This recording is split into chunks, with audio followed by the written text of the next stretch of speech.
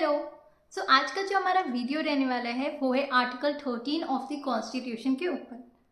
Now article 13 जो है ये एक इम्पॉर्टेंट रोल प्ले करता है हर लॉ जो कि बन चुका है और जो बनने वाला है उनके ऊपर। वाई? बिकॉज आर्टिकल 13 जो है वो 4 चीज़ों के बारे में बात करता है अपने 4 क्लॉजेस में। सबसे पहला जो क्लॉज है वो कहता है ऐसे कोई भी लॉज जो कि ऑलरेडी एग्जिस्टेंस में है कॉन्स्टिट्यूशन के फोर्स में आने से पहले, तो उसमें अगर कहीं पर भी ऐसी कोई भी बात दी गई है जो कि against the provision of the constitution है, तो वो उतनी बात जो है वो नल एंड वॉइड हो जाएगी। देन सेकेंड थिंग जो है वो ये है कि अगर आपका ऐसा कोई लॉ आप बना रहे हैं जो कि आपकी कॉन्स्टिट्यूशन के प्रोविजन के अगेंस्ट है, तो आप ऐसे लॉज नहीं बना सकते। उनकी वो बातें जो कि आपके कॉन्स्टिट्यूशन के अगेंस्ट है वो बातें जो है इफेक्ट में नहीं आएंगी। उसके अलावा जो बातें हैं वो आपकी इफेक्ट में आ सकती है।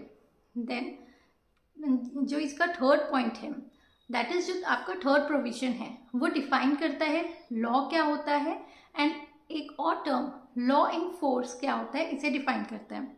नाउ अगर कभी भी हमसे ये चीज़ पूछी जाए कि भाई आपका लॉ कहाँ पे डिफाइन किया गया है, तो हमारा जो लॉ है वो डिफाइन किया गया है कॉन्स्टिट्यूशन के आर्टिकल 13 के क्लॉज 3 में। इसी के साथ लॉ इन फोर्स जो है वो क्या होता है? लॉ इन फोर्स होता है ऐसे कोई भी लॉज जो कि कॉन्स्टिट्यूशन के बनने से पहले से एग्जिस्टेंस में है और आज की डेट में भी एग्जिस्ट करते हैं, उन्हें हम कहेंगे लॉज इन फोर्स। देन इसके साथ में जो clause 4 of article 13 of the constitution है वो कैसे फोर्स में आता है? यहाँ पर जो 24th अमेंडमेंट किया जाता है पार्लियामेंट के द्वारा, उससे ये फोर्स में आता है। नाउ ये क्यों करना पड़ा?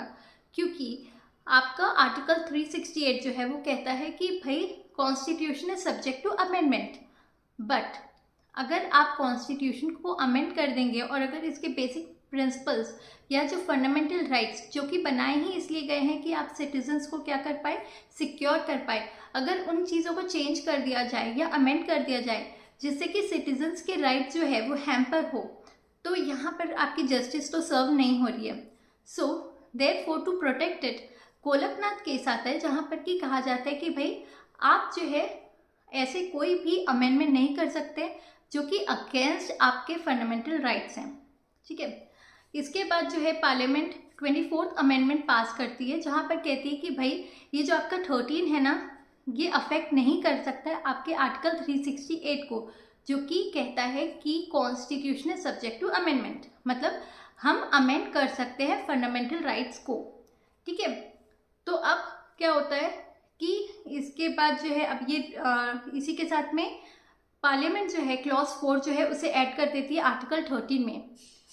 इसके बाद केशवानंद भारती का केस आता है जहाँ पर सुप्रीम कोर्ट इस जजमेंट में कहती है कि ठीक है आप ऐसे कर सकते हैं कि आप अमेंड कर सकते हैं फंडामेंटल राइट्स को, बट आपको एक चीज़ ध्यान रखनी है कि जो आपके बेसिक प्रिंसिपल्स है वो चेंज नहीं हो पाए, आप उसे अमेंड नहीं करें।